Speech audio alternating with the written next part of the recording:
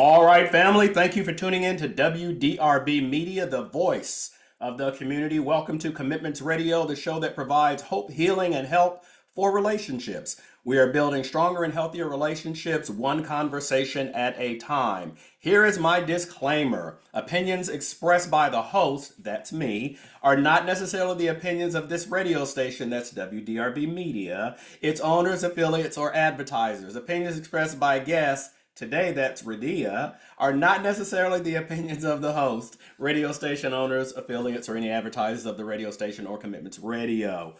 We have our sponsor today. It is the House of Light Church. Discover your community at the House of Light Church. Join us. Isn't that how it always goes? People, I'm on the radio. Leave me alone. Join us for inspiring worship, meaningful connections, and a place to grow your faith.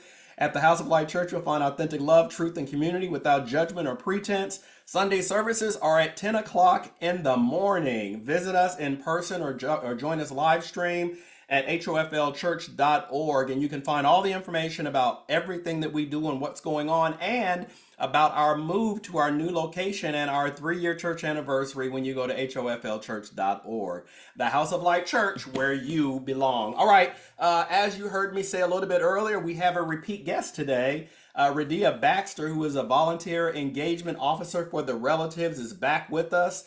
When we were here last time, I had an opportunity to introduce her and read her very impressive bio and talk about her son, who's the love of her life, and talk about where she's from and everything she has going on. And if you need more detailed information about that, then you should have been listening to my show before. But at any rate, Redia, welcome back to Commitments Radio. Welcome back, Pastor Ken. I'm glad to be back. I'm glad to be in your presence again this time. So thank you for the opportunity. Well, it's funny because I really felt like when we did the show before that we really focused on the who. Who exactly, is the relatives? Who are the relatives? Or maybe even who is the relatives, right? But today I really invited you all back because I really wanted to kind of dig into the what. We talked about who you all are and how you got your start and how people can help and those kinds of things. But I really want to kind of dig into what, about your work, what you do and what that looks like.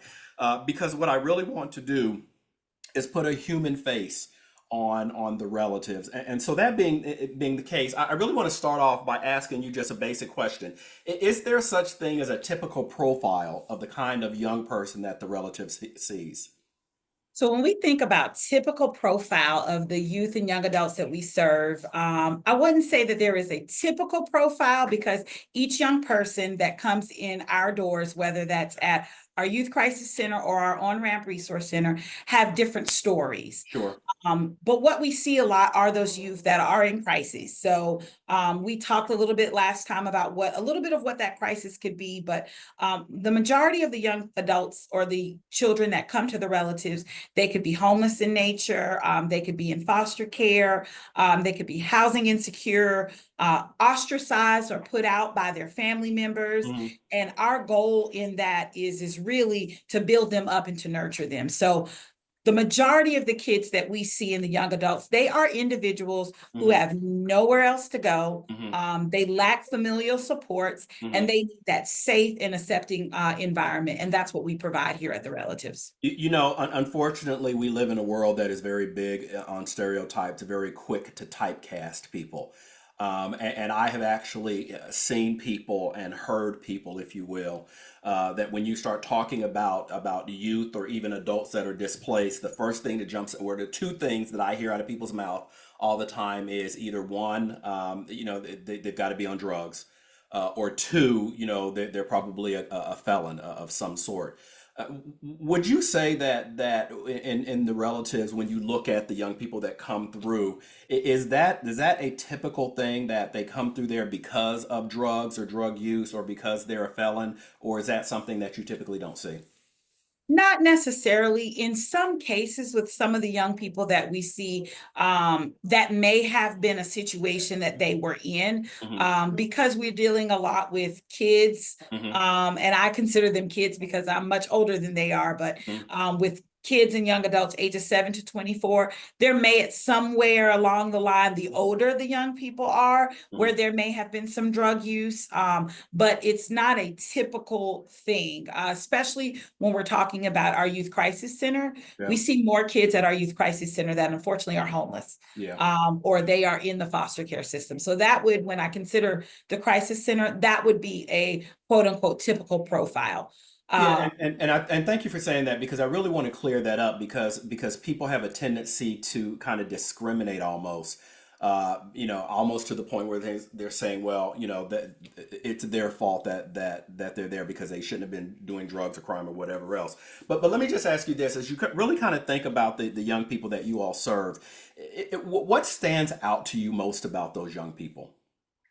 What stands out the most is that our young people are resilient. And Mm, so while their situations are tough situations, and they're less than ideal, they really, really want to succeed at life. hmm. And they just need that extra help and that extra nudge to do so. Yeah. And that stands out the most. There are a lot of situations that our youth and young adults are in that could really break the Hmm. grownest and the toughest of men. Hmm. And our young people are so resilient to bounce back from those situations and to really have that want, that urge, that need to Hmm. do better than where they came from. And that stands out the most for me.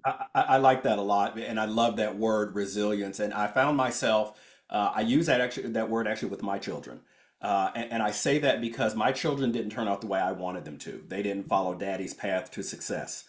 They kind of did their own thing. They made me aware that they're not mini me's. They are me's, right? And they are themselves, and they get to make their own decisions about their life. But the one thing that I really respect about my children a lot is their resilience. Their independence, their resilience. So I love that word, and thank you for sharing that because I do think that's important. And I love what you said about how in some cases. What they've been through could break some of the the manliest of men or the womanly of women, but they figure out how to make it through. So I absolutely love that. So and so thinking about that, someone who has a teenager in their home, who is just, in their mind, a regular everyday teenager. Are the young people that you all see, do you believe that they are different than, people who are not homeless? I mean, obviously there's a homelessness, right? Or the displacement for whatever reason. But really in the attitude, the mentality, and just who they are, do you think that they are different than other young people? And if you do, how so? And if not, why not? So that's a great question, Pastor Ken. And honestly, I believe in some aspects there's some differences, but then in Mhm. some aspects there aren't differences. The main differences that we see amongst these young people that are, young adults or kids that have to receive services from us Mhm. here at the Relative are that they have limited or they lack family support. Okay. That would be the biggest difference. So, unlike myself, who came from a two-parent household, and I had the full support of Hmm. my parents as I, matriculated in my education. We had the means and the wherewithal to be able to support that. Hmm. Many of our young people that come to us at the Relatives, that's where the differences lie, is that they don't have that support. They don't have the means. Their families, unfortunately, don't have the wherewithal to provide some of those advanced level resources. And that would be where the differences are. But as far as who they are as Hmm. individuals, they want the same thing that any youth or young adult wants. They want Yeah. to live a happy and healthy life.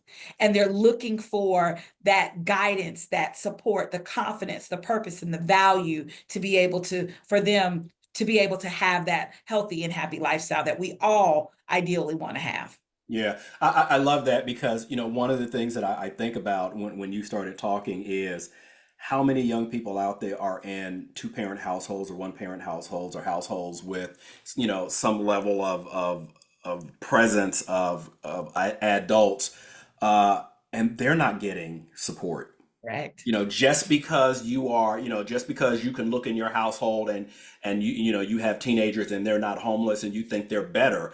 Well, no, because in a lot of those cases, a lot of those teenagers, they're not getting any support, any attention, any engagement either.